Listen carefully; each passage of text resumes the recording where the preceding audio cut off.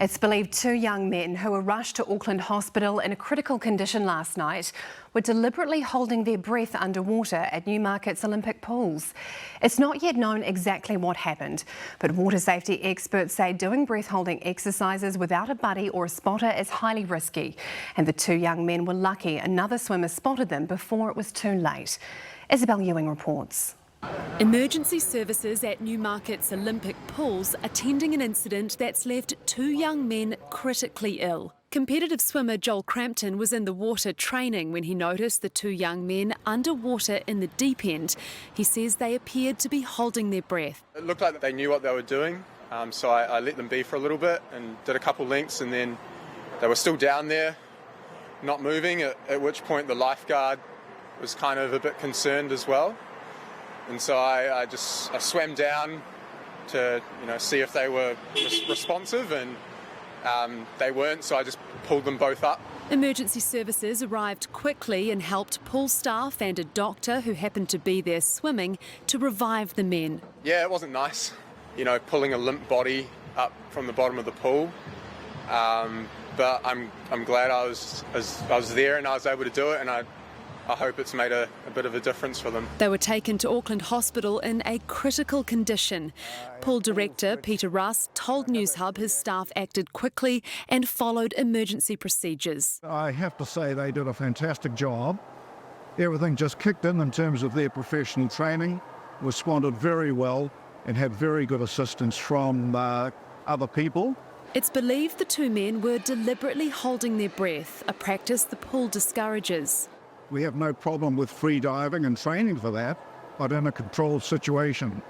In the weekend, in the afternoon or evening, it's not appropriate. Pool staff told me that over the weekend the pool gets really busy, especially during rainy weather. Prior to the incident last night, they had to ask several people not to dive and not to bomb, and ended up having to enlist security to get people to follow the rules. There are certain breath hold techniques that present a risk of what's called shallow water blackout. People hyperventilate, and when they do that, they interfere with the body's built-in or intrinsic safety measures that remind you to take a breath, and often what happens in these situations is the person is unaware that their blood oxygen levels are getting critically low and they faint. Webber says it's highly unusual for this to happen to two people at the same time, and they were very lucky they were noticed. It's not within the lifeguard's capabilities to observe what's going on underwater, so unless someone's swimming past who's wearing goggles to see it, then it's a very, very risky activity. Another 20-30 seconds and they probably wouldn't have made it, so yeah, I'm glad I could help. Help from a young swimmer that might have saved two lives. Well, Isabel's here. So, Isabel, is there an update on the two young men's condition? Good evening, Yannicka. Yes, well, we've heard from Auckland Hospital and they say that the men remain in a critical condition tonight. But the resuscitation and lifeguarding expert I spoke to today said they could have done some really serious damage to their brains as a result of being starved of oxygen for that period of time.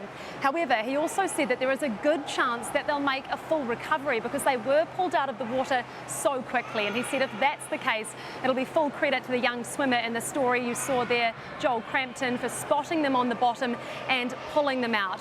Meanwhile, the pool's management will conduct a full review of this incident, and they tell me that that will involve looking at whether they take a harder line on people doing these breath hold exercises without proper safety measures. Isabel, thank you so much for the update.